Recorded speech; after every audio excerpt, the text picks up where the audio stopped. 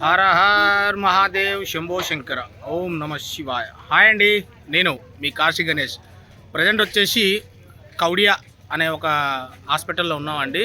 ఈరోజు ఏం జరిగిందంటే, నిన్న మన హోటల్కి మన కస్టమర్ రావడం జరిగింది. అందులో లలిత గారు సహజ మరణం, అంటే హార్ట్ స్ట్రోక్.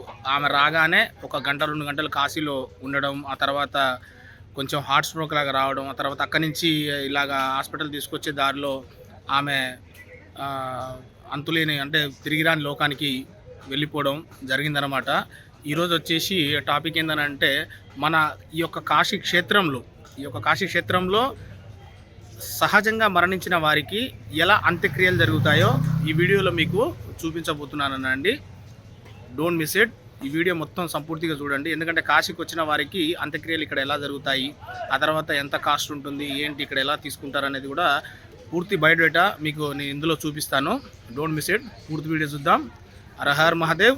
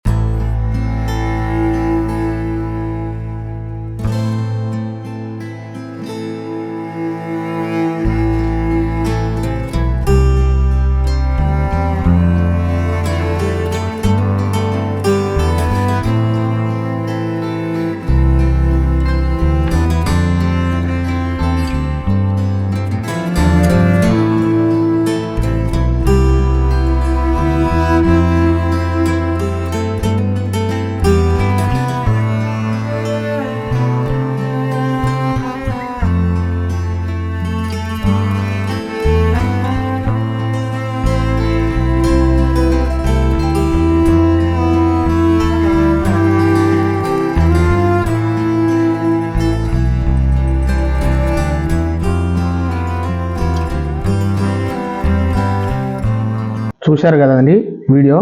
ఈ వీడియో యొక్క ముఖ్య ఉద్దేశం ఏంటంటే కాశీకి ఎవరు వచ్చినా కూడా ముక్తి కోసం చాలామంది వస్తూ ఉంటారు. ఆ ముక్తి సహజ సిద్ధంగా మరణిస్తేనే ముక్తి లభిస్తుందండి. బలవత్ మరణం ఎట్టి పరిస్థితులలో please please please please please దయచేసి చేయొద్దండి. లలిత గారు వచ్చారు ఇక్కడికి, కాశీక్షేత్రానికి వచ్చారు, మంచిగా 1 గంట 2 గంటలు ఉన్నారు. ఆ తర్వాత సడన్గా కొంచెం చెస్ట్లో పెయిన్ రావడం, హాస్పిటల్కి తీసుకెళ్ళడం, దారిలో చనిపోవడం, ఇదంతా జరిగిందనమాట. కాబట్టి కాశీలో ఇలా జరిగితేనే వాళ్ళకి ముక్తి లభిస్తుంది. ఈ బలవత్ మరణాల వల్ల ఎటువంటి ప్రయోజనం లేదు. అది ఏమంటారు, భైరవ యాత్ర అనేది చాలా ఘోరంగా ఉంటుందండి. మీరు గరుడ పురాణాల్లో చూసినట్టయితే భైరవ యాత్ర అనేది చాలా ఘోరంగా ఉంటుంది. కాబట్టి దయచేసి వాళ్ళ యొక్క ఏమంటారు, వాళ్ళ యొక్క ఫ్యామిలీ వాళ్ళకు కూడా మంచిది కాదు. ఎందుకంటే 1000 సంవత్సరాల మటుకు ప్రేతం అంటే వాళ్ళకి యొక్క ఏమంటారు పితృదోషాలతోని వీటితో పీడింపబడి వాళ్ళు ఎదుగుదల లేకుండా ఉండడం, ఇవన్నీ జరుగుతూ ఉంటాయి. దయచేసి గుర్తుపెట్టుకోండి, కాశీకి ఎవరైనా సరే మంచిగా దర్శనం చేసుకోవడానికి రండి. ఓకే, అలాగే ఈ వీడియో మీకు నచ్చినట్లయితే కాశీ గణేష్ 46 యూట్యూబ్ ఛానల్ని సబ్స్క్రైబ్ చేసుకోండి, లైక్ చేయండి, షేర్ చేయండి. అలాగే ఈ కాశీ క్షేత్రంలో నెక్స్ట్ వచ్చేసి గుడికి నియరెస్ట్గా అంటే 200-300 మీటర్స్ దూరంలో రేపు 12వ తారీఖు ఒకటి గెస్ట్ హౌస్ లాంచింగ్ ఉందనండి. ఆ గెస్ట్ హౌస్లో అంటే ఇప్పుడు మన ఆశ్రమంలో ఎలాగైతే మనం భోజనం పెడుతున్నామో అలాగే గెస్ట్ హౌస్లో కూడా మీకు మధ్యాహ్నం భోజనము, నైట్ టిఫిను, అలాగే వైఫై ఉంటుంది. మనం 24 అవర్స్ ఇస్తాం. క్యాజువల్గా మీరు చూసుకున్నట్లయితే కాశీ క్షేత్రంలో 1500 రూపాయలకు ఓన్లీ 12 o'clock చెక్అవుట్ టైం అని చెప్పేసి అని రూమ్స్ ఇస్తూ ఉంటారు. కానీ మన కాడ అలా కాదండి.